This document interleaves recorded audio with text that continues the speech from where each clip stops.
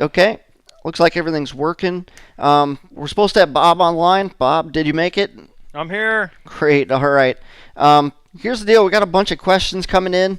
Thank you everybody for submitting questions. Thank you everybody for hanging out with us this long. I'm going to go through some of these questions that we've got. I got them up on my iPad here, so I can easily go through them as you guys are submitting them. And feel free to continue submitting questions as well. So the first one that I've got, the first one on the list here, how often do you guys have your Q&A calls? And that one came from Tim. Thank you, Tim, for the submission. The answer to that, we do have our Q&A calls on a bi-weekly basis. However, we do have weekly calls, especially if you're part of our Mile High monthly course. And everything that we do, whether it's a flight planning workshop like this, or if it's one of our NTSB case study reports, we always have Q&As, so there's always something to back up. The Q&A calls that we do, they're just straight Q&As. Sometimes we do some training on those. We have another question coming in. Flight planning online from Nick. How do you guys file a flight plan online? We talked a little bit about this, but we really didn't dive into it. I know I talked about 1-800-WX-BRIEF, but there are a couple ways that you can do it online. You can use flightplan.com. You can also use Duats. I think, Bob, you probably have more experience with Duats than I do. I use it all the time personally for filing flight plans, and there's two different sites you can go to. There's actually Duats, which is DUATS.com, like plural, and then there's actually the singular DUAT.com. They're run by the FAA. The site duat.com or duats.com, either one will work. I like duat.com because I think it's a little more interactive and it's a little bit closer to what you would kind of do on a flightplan.com website. The information that you submit, just so you know, does go straight to the FAA. So if you're going to have a conversation with flight service, they'll be able to pull up the flight plan that you submit and file in there. So did you say it was Duat, like D-U-A-T, and then D-U-A-T-S? Those are the two? Yeah, there's two separate sites. I personally use the one that is not plural. So I use the singular, Duat, DUAT.com is where I'm registered. And registration is super simple. If you go there, you can get an account set up with the FAA. Great weather planning tools, flight planning, aeronautical data. They even have a Duat mobile, so there is a mobile side of it. So yeah, it worked great. Okay, and you said that one's directly through. It's direct connection to the FAA, so it's not third connection. Party. Yeah, no, it's direct connection. The FAA uses contractors for everything now, but the duat.com is basically an FAA system. I mean, everything you're getting from there is directly from the government, so it works really well. Yeah, that's great. And have you used flightplan.com? You're Lots. I still do use flightplan.com. For all my general aviation stuff that I do with the Cirrus, I personally use duat.com, and it's also the site I use when I'm flying the jet as well. Another option that I was kind of showing these guys when we were on the webinar. I know you just kind of came into this last minute, and thank you very much, Bob, for jumping on the call with me. Absolutely. We were doing the 4-flight mobile course, or the class, and I was showing them very briefly that you could click on the file button. There's two ways using 4-flight mobile. So this one's still for you, Nick. You can file one of two ways using 4-flight mobile if you have that app. One is 4-flight will just file it for you, and if you have an account with them. Alternatively, you can connect your Duats account with 4-flight mobile, and then it'll file through the Duat system, so you can get your brief and get your plan filed right through 4-flight mobile, which is a very quick, very easy way to do it and get your brief from there as well. So, hope that answers your question, Nick. All right, is there a guarantee for the program for what you're offering? That's a question from Jessica. Jessica, thank you for jumping on the call with us tonight. It's a pleasure to have you. The guarantee, we kind of alluded to it, but there is a guarantee. If you guys pick up the course and you guys use the material that's inside of it, and you're not happy with it, you don't like it for whatever reason, simply email our support desk. We will get you a refund. Bottom line, if you guys aren't happy with what we're putting out, we don't want your money. So in fact, I'll put that in here so that you can see it. This is our email address. It's support at posthousestudios.com. Just putting that on the screen for you guys, and you guys can use that at your leisure. You can also ask us questions. Send any questions you want to that. Either myself or one of our trained guys will get on that for you. Flight planning in the mountains. Just a question from Jason. He's asking, how would you do flight plans in and around the mountains? Thank you, Jason, for asking this. This is a really good question. A lot of the flying that I do is most of the flight planning that I do has always been more around the flatlands. However, when I was in Afghanistan, as I was alluding to earlier, I have done a lot of mountain flying because most of Afghanistan is mountains. And a lot of it really depends on how much power you have available, and it also depends on what altitude you're flying to. Do you have oxygen available? How tall are the mountains? Is it what kind of weather are you guys looking at? I mean, there's a lot that goes into the theory of mountain flying, and that's we have a whole course for that. But the real question that I think you really need to answer is, can you fly around it? I mean, if you can fly above it, great. If it's at like 6,000, 7,000 foot mountains, if you're in the Appalachian Mountains or something, you could probably just fly over the top of it, honestly. If you got 12, 13, 14,000 foot mountains, it's probably going to be a lot easier to find a pass, find a cut through, and just fly around them. Would you agree with that, Bob? Yeah, I would say so. I think I generally am a little bit conservative myself, and I will. It depends. Like if I'm flying in Colorado, I thought all your points were very good, but like when I go fly Colorado, I will generally follow the interstates. And the reason for that is because if there's some kind of a malfunction, I know that I could set down or put down where I know human beings are.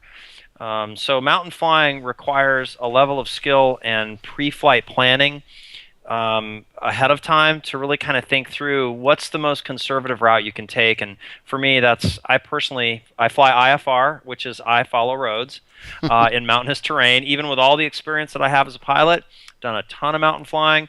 I personally will not put a single engine airplane into an area or over terrain where I wouldn't be able to land it. So that's kind of how I think about mountain flying. Okay, and we are talking about small aircraft, right? We're not talking about because I know you fly jets. Yeah. And I assume you probably fly at a much higher altitude. Yeah. We're up at 40,000 feet, so it's not an issue for us, and we have two engines, two jet engines running. But when it comes to single engine flying or even light twin flying, I will generally take the path of being conservative and generally will pick the roads that I'll follow the roads mostly. Okay, I like that. That's actually a really good idea. Is there a phone number to call for the controlling agencies? This is a question from Chad. Chad, it would be nice if there was a phone number or if there was something published, but the fact of the matter is, we're talking about calling approach centers, control centers, possibly towers, and these guys are busy people. They have a lot going on, and most of them have headsets up to their ears as they're controlling traffic. They don't have a ton of time to answer phones, so they're going to be looking for you to. I guess they're really going to be looking forward to you calling in on a radio frequency, whether it's VHF or UHF. That's probably your best bet. Would you agree with that, Bob? I would say so. Yeah. I think that when we tie up their phone lines, it's pulling them away from doing their jobs of controlling aircraft, and they would much rather hear you on the radio. I've had these conversations with air traffic controllers, air route traffic control center controllers before, and really they want you to call into them on the radio. They actually want to know who you are. They don't like it when they see a 1200 code on their radar screen because they're not talking to you. They don't know who you are, and then when they go to work other traffic and other aircraft that are on flight following on IFR flight plans, and some guy's bopping through the airspace at 12, on a 1200 1200 code, I think that they would be much more comfortable knowing who you are, assigning you a code, and helping you out. That's one of the biggest things that I hear from controllers in discussions that I've had at seminars that I've hosted and conferences that I've been to is, hey, tell your students we want to talk to them. It's okay. We want to help them out. If we can't help them out, we'll tell them, but call in to us on the radio. So yeah, I think calling them on the phone, unless the only time, Matt, I can think that you don't want to call them on the phone is when you've done something wrong and they need to talk to you on the phone about it, because it could be an FAA type, violation issue. So it's just better to talk to them on the radio and get that flight following. Can you, if somebody, like, I've never had that, but I've heard it on the radios when you're going somewhere and somebody screws something up and they're like, yeah, November so-and-so and so-and-so, please call me. Yeah, please call us at area code 315, blah, blah, blah, blah, blah, blah. We need to talk to you when you get on the ground. You're just like, as soon as you hear that, you're just like, your heart just kind of falls for that pilot, because they're like, oh, man, now they got to explain themselves. The pilot's going to be scared.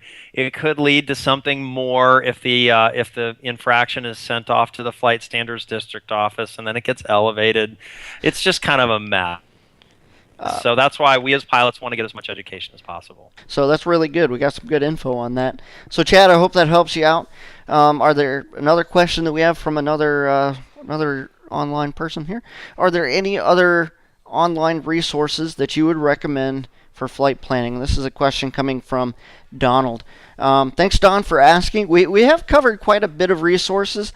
I promised 5. We've definitely talked about at least 5 of them. I don't know if I actually went through and showed you. We talked about weather and NOTAMs. We talked about what else did we just cover on this thing?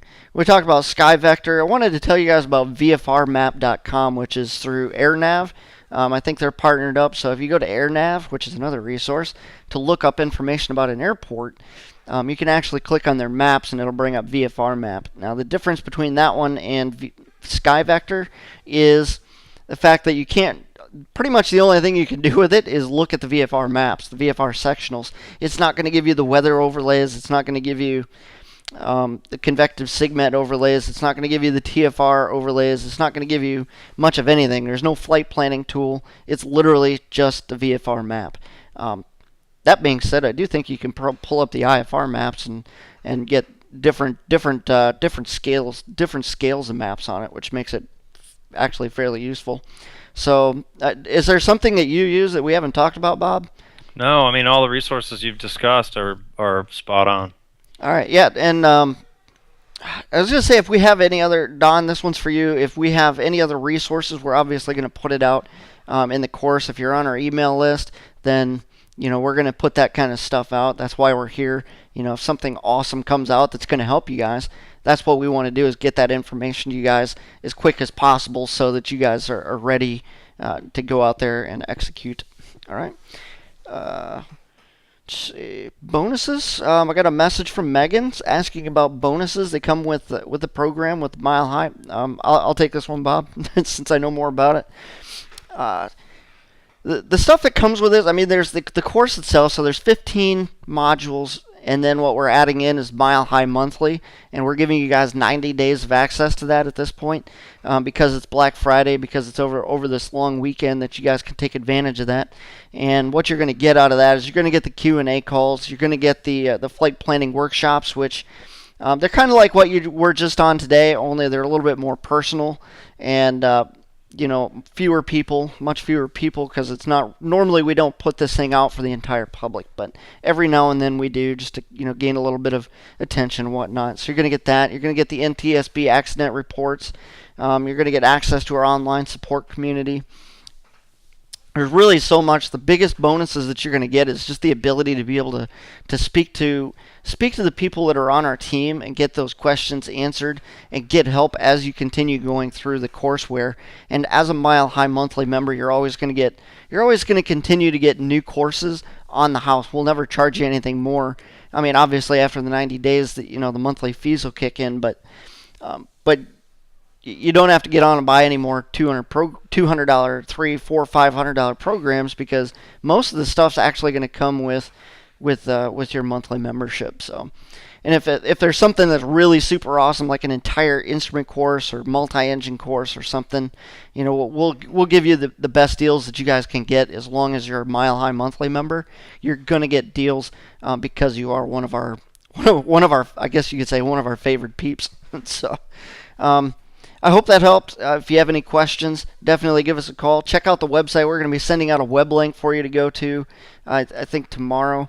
So, and that's going to break down everything that we've gone over tonight in the webinar, and you'll be able to see everything, absolutely everything that you're going to get in addition to the courseware itself.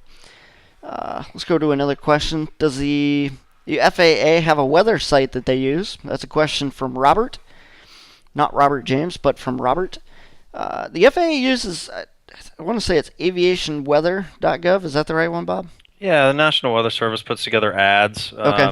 Yeah, so you can pull up the ads website, Yep. which is a .gov website.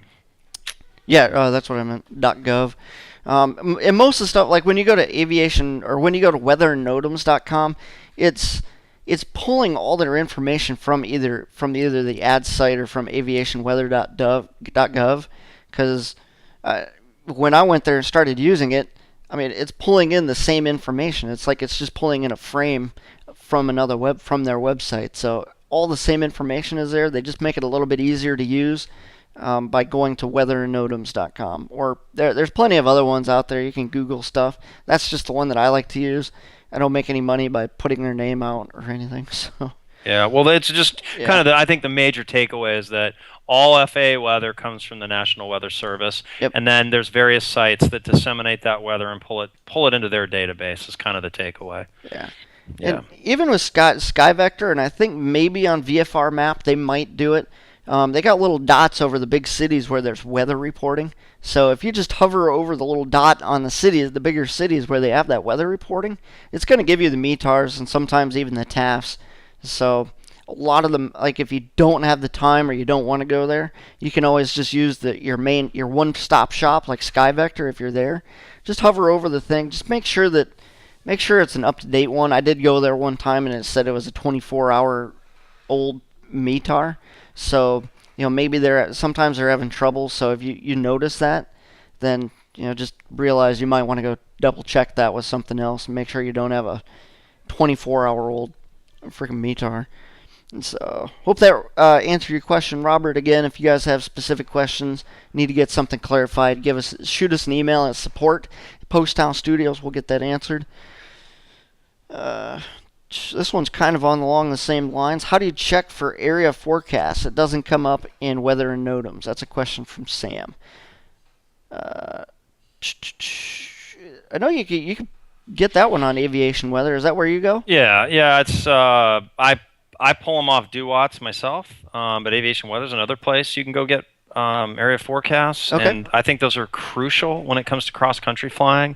That is an absolute must look at if you are going to go from one place to another, and it's going to be greater than say 50 miles. I highly recommend everybody get their area forecast read. Okay. Mm-hmm. Is there a certain scenario, and I'm just asking you this because I think it's something they could use, is there a certain scenario in which you would check FAs? I don't normally check them all that much, but that's just coming from an Army guy. Normally we check our METARs and our TAFs and get all of our weather brief. We actually have a weather briefer from the Air Force there at where we fly out of. So what are your thoughts on that? What's the best scenario? I think that anytime you're flying cross country, it's really important to get an area forecast. The other tool for local flying that an area forecast can provide is like if you look at, say, we're based out of Scottsdale, Arizona, you guys, and I will look at the Arizona forecast for both northern Arizona and then also southern Arizona, because what I'm looking for are trends in the weather, and the area forecast can give me an idea of what's going on real time here with this forecast. And when I say that, I mean what's going to happen in the next few hours. I'm not going to go into all the details of how long they're good for. Well, that's for the textbook studying. But my point is that the area forecast does give you a lot of information. It will give you cloud heights. It gives you that basically that visual hey, where are the clouds, and possibly even where are the freezing levels, because wintertime is on its way, and so the clouds are cooling down. So I find that the area forecast is just crucial in my flying. I use it almost every day.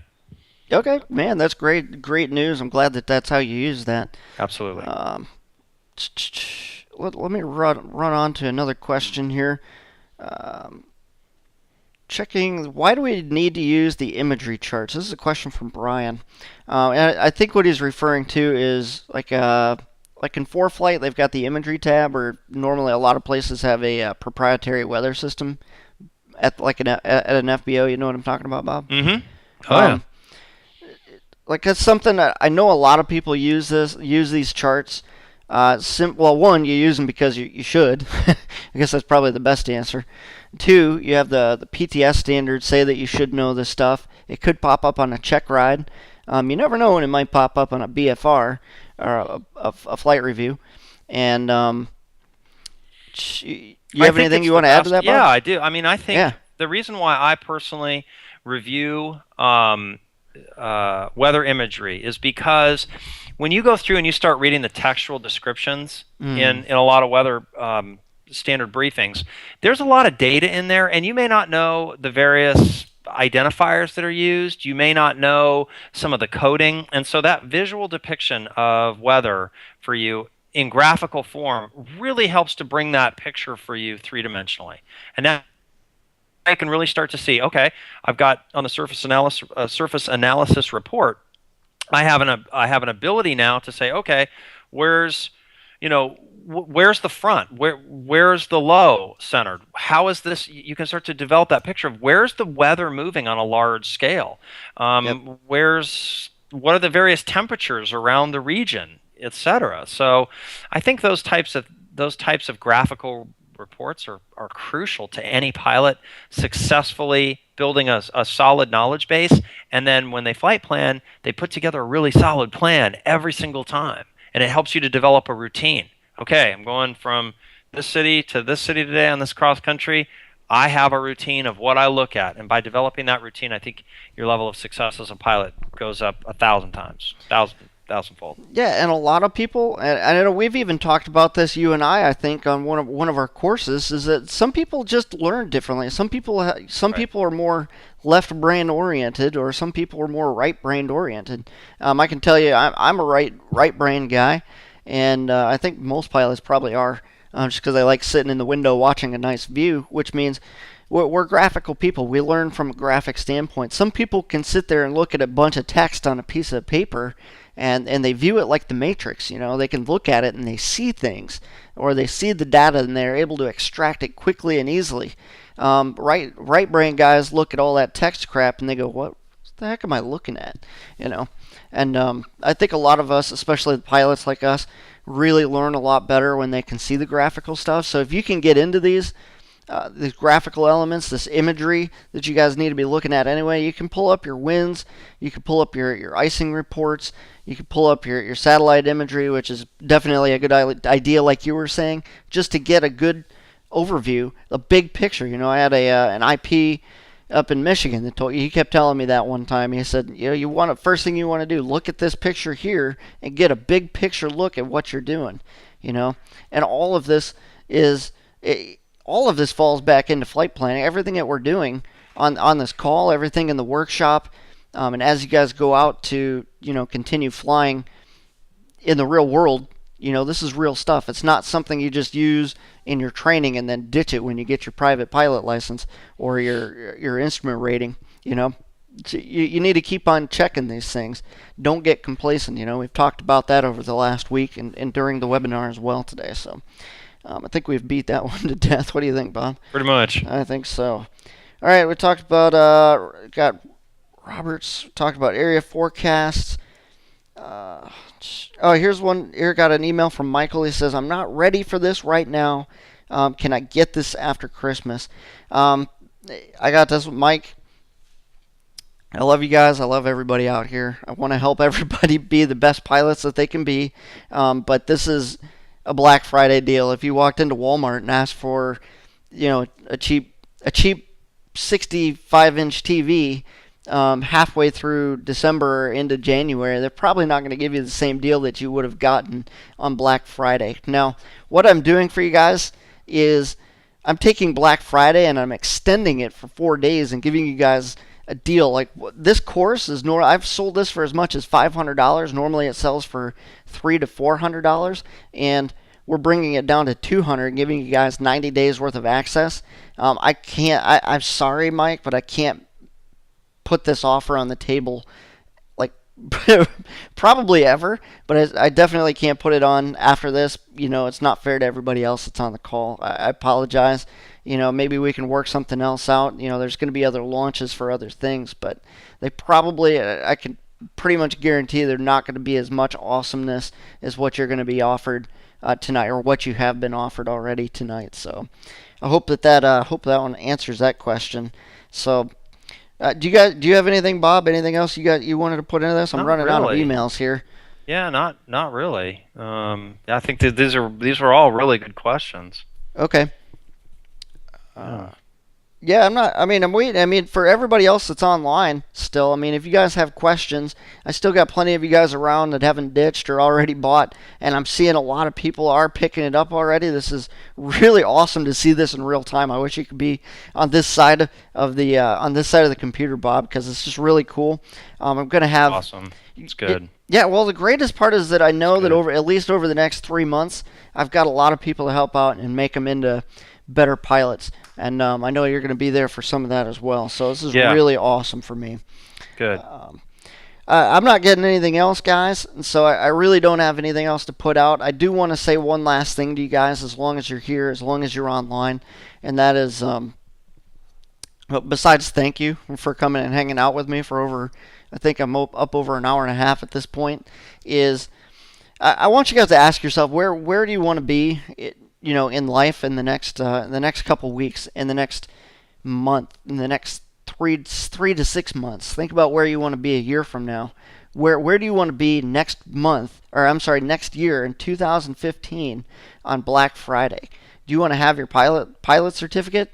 Do you want to have your instrument rating? Do you want to have your commercial rating?